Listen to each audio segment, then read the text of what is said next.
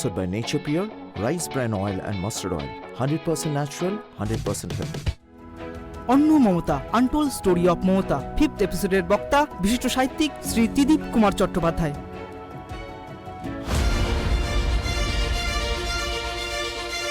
लोगों को लेके हम कम करेंगे और लोगों को लेके हम कम करेंगे तो भी कामयाबी हम लोग सब हो सकता है।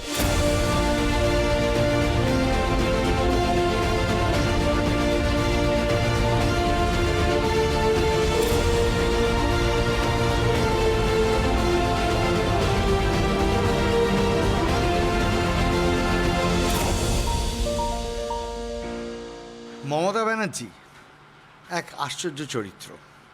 মানে আমি এরকম সাহস, এরকম অফুরন্ত এনার্জি যাকে বলে, সারাক্ষণ টকবক করে ফুটছেন। পাহাড়ে হাঁটতে হাঁটতে, পাহাড়ে যেতে যেতে কবিতা লিখছেন, গল্প লিখছেন, প্রবন্ধ লিখছেন, নিজের জীবনের কথা লিখছেন। আমি ভদ্রমহিলাকে যত দেখি, আমি মুখ্যমন্ত্রী হিসেবে দেখি না, তত অবাক হয়ে যায় যে এত এনার্জি, এত প্রাণশক্তি কোত্থেকে পান উনি। এবং এই যে বইয়ের প্রতি যে ওনার ভালোবাসা, এটা নিয়ে কোনো কথা হবে না। মানে যখন আমাদের বইমেলা পুড়ে গেছিলো 1997, সে সময় বুদ্ধদেব ভট্টাচার্য আমাদের স্বরাষ্ট্রমন্ত্রী, জ্যোতি বসু মুখ্যমন্ত্রী। মমতা ব্যানার্জি যেদিন পুড়ে গেল তার পরের দিন চলে এলেন, এসে বললেন এনি প্রবলেম, কোনো দরকার হলে আমি আছি।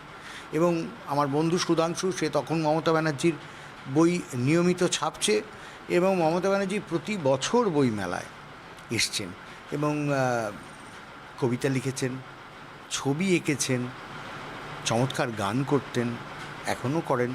একজনও গলা বসে গেছে প্রচুর, মানে যুদ্ধ করতে গিয়ে, কিন্তু একটা ভার্সেটাইল জিনিয়াস। না হলে ওই জায়গা থেকে এই জায়গায় পৌঁছনো এবং এত মানুষের মন জয় করা। সবচেয়ে বড় কথা হচ্ছে যে ভীষণ অ্যাকোমোডেটিভ। এবং যেটা আমরা হয়তো বললাম যে দিদি এই ধরুন আপনার এই লেখাটা এটা হয়েছে, বলো আচ্ছা ঠিক আছে, উনি সেটুকু হয়তো কারেকশান করেন। আমার এখনও পরিষ্কার মনে আছে ওর যে বইটা বেরোয়, ওই কবিতার বই 2012 বইমেলায় বেরোবে। তো আমি দুটো বই বেরিয়েছিল, একটা পরিবর্তন, ওনার জীবনের, যেটা পরে আমাদের এই বি বুকস থেকে মাই জার্নি হিসেবে বেরিয়েছে, ওনার জীবনের লড়াই, সেটা। আর একটা ছিল একটি কবিতার বই। তো সেই কবিতার বইটা আমাকে দিয়ে বললেন আপনি একটু দেখে দিন তো ত্রিদীপদা। তাই আমি পড়তে গিয়ে দু একটা জায়গায়, মানে কীরকমভাবে উনি কবিতা লিখতেন, হয়তো যাচ্ছেন যে এদের এদের কবিতা এলো, সেই কবিতাটা তাড়াতাড়ি লিখে ফেললেন। এবং অনেক সময় তাদের ছোটোখাটো, আমি বললাম দিদি এখানটা একটা শব্দ আপনি বাদ দিয়ে দিন। আমি বলছি কোনো লেখক, উনি একজন মুখ্যমন্ত্রী, সবার উপরে, সেরকম কোনো ব্যাপার ওনার মধ্যে নেই। এই যে আমাদের ঘরের মেয়ে বলে যেটা উনি নিজেকে বলেন, সত্যি সত্যি এটাই। মানে ওনার মত পথ অনেকে পছন্দ না করতে পারেন, কিন্তু মানুষ হিসেবে মমতার সৌজন্যবোধ, দিদির সৌজন্যবোধ, দিদির স্নেহ, এবং একই সঙ্গে এই যে আমাদের বইমেলা করি আমরা বইমেলা করি। আমার মনে আছে আমরা প্রথমবার উনি মুখ্যমন্ত্রী হয়েছেন, আমরা গেছি, গিয়ে বললাম দিদি এই, উনি বললেন শুনুন আমি না বেশি সময় দিতে পারবো না, প্রচণ্ড চাপের মধ্যে আছি, আপনারা পয়েন্ট লিখে আনুন। তো আমরা 1 2 3 করে পয়েন্ট লিখেছি। ওনার আমি পদ্ধতি দেখলাম এবং প্রত্যেকটা উনি এগ্রি করলেন। শুধু এগ্রি করলেন না, একই সঙ্গে ফোন করে, হ্যালো এই শোন ববি, এটা তুই নোট করে নে, এই ফ্লাইওভারটা তো এখন হচ্ছে না, তাহলে তোকে আন্ডারগ্রাউন্ডটা বানিয়ে দিতে হবে। উনি ওখান থেকে হয়তো ববি হাকিম বলছেন যে কি করে বানাবো, আরে না তুমি দরকারে চলে এসো, শোনো এটা করতে হবে। বইমেলার মধ্যে গরু ছাগলের মতো মানুষ যায়, এটা করা যাবে না। তখন মিলন মেলায় বইমেলা হতো এবং 3 মাসের মধ্যে ওটা তৈরি হলো। সুব্রত মুখার্জি চলে গেছেন, প্রয়াত হয়েছেন। সুব্রত, আমি একটা কথা ভেবেছি জানেন, ফোন করলেন, ওই একটা ফোন করছেন, ফোনে একটার পর একটা ঠিক হয়ে যাচ্ছে। অমিত মিত্র ফোন করলেন, অমিতদা শুনুন এই যে আপনাদের একটা বিশাল রেট রয়েছে এই মিলন মেলা, এটা বইমেলা দিতে পারবেন না, আপনি ঠিকঠাক করে পাঠান। তারপরে যেটা মজার ব্যাপার যেটা হলো, সবটা হয়ে গেল। সুব্রত মুখার্জিকে জলের পাউচ, ববি হাকিমকে আন্ডারগ্রাউন্ড আমাদের সাবওয়ে, সমস্ত কমপ্লিট করে আমাকে বললেন, কি হলো তো, আগে তো বুদ্ধবাবুর সময় আপনাদের ঘরে ঘরে ঘুরতে হতো, আমি সিঙ্গেল উইন্ডোতে সব করে দিলাম। এই যে এরা মজা করে কথা বলা এবং বইমেলার প্রতি যে তার কী ভালোবাসা, এবং বইমেলা এসে এক গেট দিয়ে ঢোকেন আর এক গেট দিয়ে বেরোন, সিকিউরিটি তো পাগলের মতো করতে লাগে যে কোথায় চলে যাবেন উনি কেউ জানে না, কিন্তু উনি ওই ফাঁকে উনি বইমেলা দেখেন। তো এই মানুষটাকে আমরা স্যালিউট জানাই।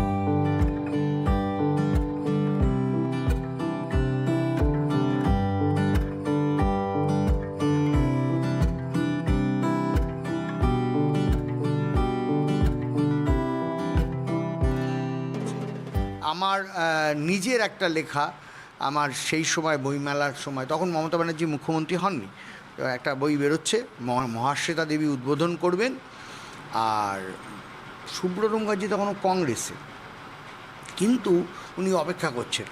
তখন সুধাংশু আস্তে আস্তে পাশ থেকে জিজ্ঞেস করলো, দিদি কার জন্য অপেক্ষা করছেন? তা বললো সুব্রতদা। আমরা সুব্রতদা দেখি, তারপরেই সুব্রতদা ঢুকছেন। সুব্রতদা তখন মেয়রও নন, তৃণমূলও নন। তার আগের দিনই উনি কংগ্রেসের থেকে তৃণমূলের উদ্দেশ্যে কিছু টক ঝাল মিষ্টি কথা বলেছেন। আমি বললাম, সুব্রতদা আপনি তো বললেন যে মমতা ডাকলে আমার না এসে কোনো উপায় নেই। এটাই মমতা ব্যানার্জির যে সেই মানে চুম্বকের মতো আকর্ষণ। সুব্রত মুখার্জি এলেন, বললেন, এর মধ্যে হঠাৎ মমতা ব্যানার্জি আমাকে বলে, শুনুন আপনি একটা চমৎকার লেখা লিখেছেন তো প্রতিদিনের রবিবারে এই বইচোর নিয়ে, আর দারুণ, আমার খুব ভালো লেগেছে, মানে থ্যাংক ইউ, ভীষণ ভালো। পার্থ চ্যাটার্জির মেয়ের বিয়ে, তখন মমতা ব্যানার্জি বিরোধী দলনেত্রী, মানে এই আমাদের বামফ্রন্টের সময় 2007-08 আমরা গেছি, আছি তো বুদ্ধদেব ভট্টাচার্য ঢুকলেন, তার আগে মমতা ব্যানার্জি বুদ্ধদেব ভট্টাচার্যকে দেখে একটু দূরে সরে গেলেন, তারপরে ক্ষিতি গোস্বামী এলেন, বিমান বসু এলেন, মমতা ব্যানার্জি হঠাৎ আমাদের ডাকছেন, কী ব্যাপার, বইয়ের জন্য কিছু করতে হবে তো, কি আপনারা কিছু করুন, শুধু বইমেলা একটা বছরে বইমেলা করলে হবে, এই প্রকাশকদের জন্য কিছু তো করতে হবে, বইটাকে প্রচার করার জন্য কিভাবে কি করা যায়, একটু আপনারা যদি সবাই মিলে দেখুন, বুদ্ধবাবুকে বলুন না যে একটু বিভিন্ন জায়গায় বইয়ের আউটলেট করে দিতে। এটা সম্ভবত 2006 মানে বুদ্ধদেব ভট্টাচার্য দ্বিতীয়বারের জন্য প্রচুর সমর্থন নিয়ে এসছেন। সেই পরিস্থিতিতে দাঁড়িয়ে বিরোধী দলনেতা পার্থ চ্যাটার্জির মেয়ের বিয়েতে উনি কিন্তু আমাদের দেখেই বইয়ের কথা ভেবেছেন, মানে আমরা মানেই বই, সিনোনিমাস। এই যে আমার বক্তব্য হচ্ছে, তারপরে আমরা গেছি, আমাকে একদিন বললেন যে আপনি আমার বই করবেন না। আমি বললাম, বাংলা বই তো দিদি একটু অসুবিধা আছে, আমার বন্ধু সুধাংশু করে, আমি করবো না। সুধাংশু তো উনিও তো করেন, অনেকেই তো অনেকের বইতে আনলাম, আপনি প্রথম থেকে সুধাংশু ওখান থেকে বেরোয় দেশ থেকে, তো ও কি ভাববে দিদি, এটা দরকার নেই, তাহলে কিন্তু আমি যখন ইংরাজি বই বের করব আপনি কিন্তু করবেন।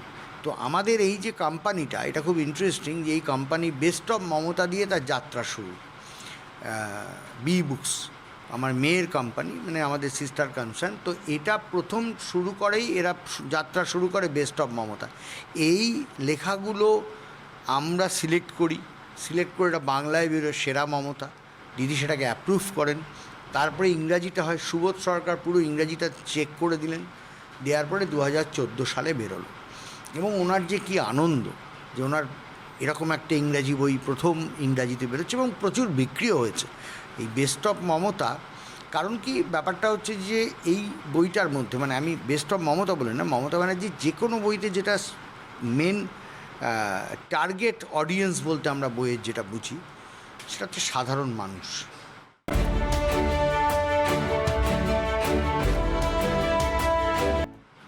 সাধারণ মানুষের জীবন যন্ত্রণা, সাধারণ মানুষের দুঃখের কথা, যন্ত্রণার কথা, তাদের লড়াইয়ের কথা, এটা মমতা ব্যানার্জি বোধহয় সত্যি সত্যি, আমি অনেক বামপন্থী নেতার সঙ্গে অনেক ছোটোবেলা থেকে দেখছি, কিন্তু আমি সত্যি সত্যি বলছি মমতা ব্যানার্জির যে বামপন্থা, এবং আমাকে একজন বিখ্যাত বামপন্থী নেতা বহু বছর আগে বলেছিলেন, আমার মমতা ব্যানার্জিকে দেখে সেটাই মনে হয়, সেটা হচ্ছে যে একদিন আমরা রাস্তা দিয়ে হাঁটছিলাম, তিনি, আমি নাম বলছি না, খুব নাম করা ত্রিপুরার মুখ্যমন্ত্রী ছিলেন, এখানে এসে রয়েছেন আমাদের থিয়েটার রোডে ত্রিপুরা ভবনে। উনি সারা জীবন একটা ছেঁড়া পাঞ্জাবি, ছেঁড়া কলার ফাটা ওই ঝুল জামা, মানে পাঞ্জাবির মতো, আর ধুতি হাঁটু অবধি, আর একটা হাওয়াই চপ্পল পরে সারা জীবন কাটালেন। সবাই আমরা বলতাম সন্ন্যাসী। ত্রিপুরার মুখ্যমন্ত্রী ছিলেন, নামটা বলেই দিই, নৃপেন চক্রবর্তী। তাকে তো পরবর্তীকালে সিপিএম বহিষ্কার করলো, একজন লেজেন্ডারি পার্সোনালিটি। তো আমার সঙ্গে খুব ভালোবাসতেন। তো আমরা, উনি থেকে ত্রিপুরা ভবন থেকে বেরিয়েছেন, আমি দেখা করতে এসেছি, উনি আমাকে এগিয়ে দেবেন বলে ত্রিপুরা ভবন, এতটা সিম্পল।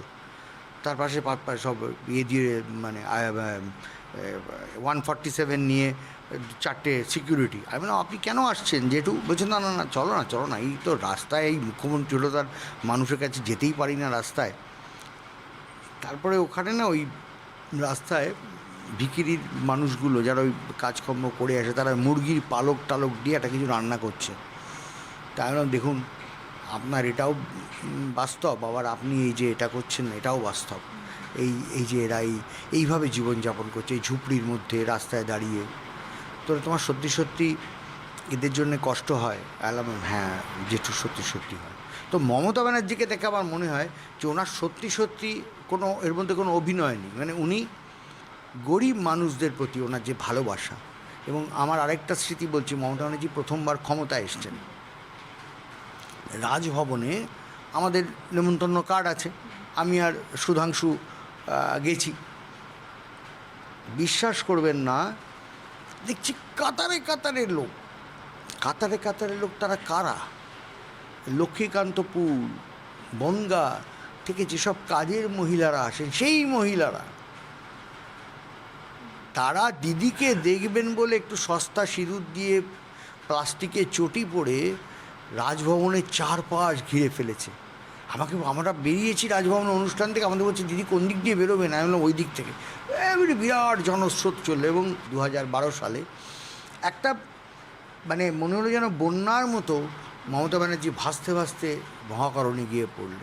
এই যে উদ্বেলতা, এই যে মানুষের তার প্রতি যে আবেগ, এটার নামই মমতা ব্যানার্জি। এটা আমি নিজের চোখে দেখেছি। আমি ওনার সঙ্গে, উনি বাইরে গেছেন, বইমেলায় গেছেন, একবার নৈহাটি বইমেলায় দেখলাম মানুষ শুধু ছুঁতে চায়, যেন মানে পাগলের মতো তাকে ছুঁতে যায়। এবং এই যে কারিশমা, এই যে মানুষের তার প্রতি যে চুম্বকের আকর্ষণ, এর প্রধান কারণটা কি? এর প্রধান কারণ হচ্ছে ওনার যা কিছু ভাবনা চিন্তা, মানে যেটা আমরা দেখি সেটা হচ্ছে গরিব মানুষদের জন্য, সাধারণ খেটে খাওয়া মানুষদের জন্য। এটা কিন্তু প্রথম থেকেই, যে কারণে আজকে কিন্তু অন্য বামপন্থীরা সবাই উড়ে গেছে।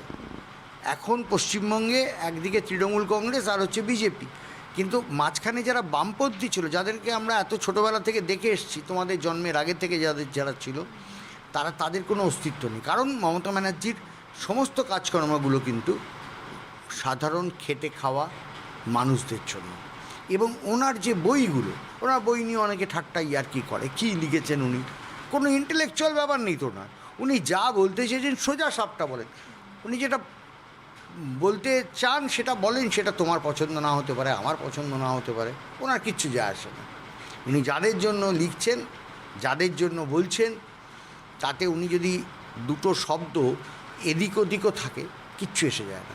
এই যে আজকে ওনার গান উনি লিখেছেন, অনেকে নিয়ে ঠাট্টা করে, আমার তো বেশ ভালো লাগে গানগুলো।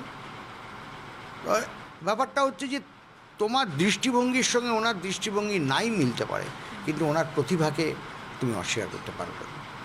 মমতা ব্যানার্জির এই যে প্রতিভা, ছবি আঁকা, কবিতা লেখা, গল্প, প্রবন্ধ লেখা, নিজের জীবনের কথা লেখা, স্মৃতিকথন যাকে বলি, এমনকি গল্পও লিখেছেন উনি, ছোটদের গল্পও লিখেছেন।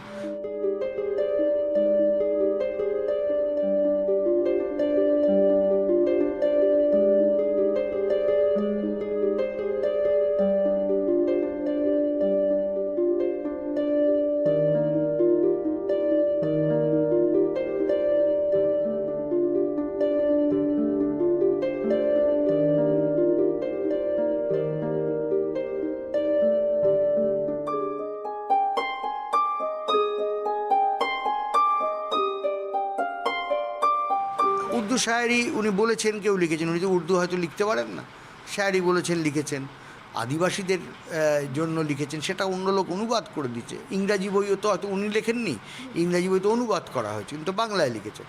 কিন্তু আমার কথা হচ্ছে যে যাই উনি করেন সেটা খুব প্যাশনেটলি করেন, মানে ভালোবাসার থেকে করেন। আমাদের কাছে সবচেয়ে বড় আকর্ষণ যেটা হয়েছে, যেটা আমি যখন ওনার সঙ্গে অসম্ভব স্নেহময়ী, ভিতরে একটা খেয়েছেন, হয়তো আমাদের দেখা হলো, কী খেয়েছেন, এই কী খান, তাই একটা ফিশ ফ্রাই দিন তো।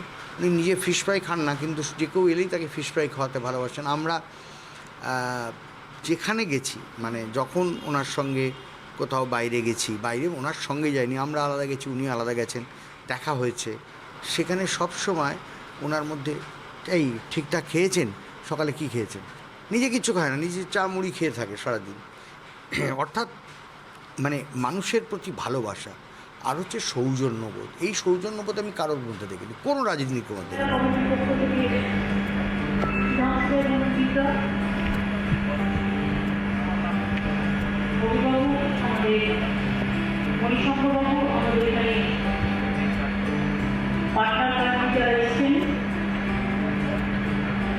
লেখিকা এবং অ্যাম্বাসেডার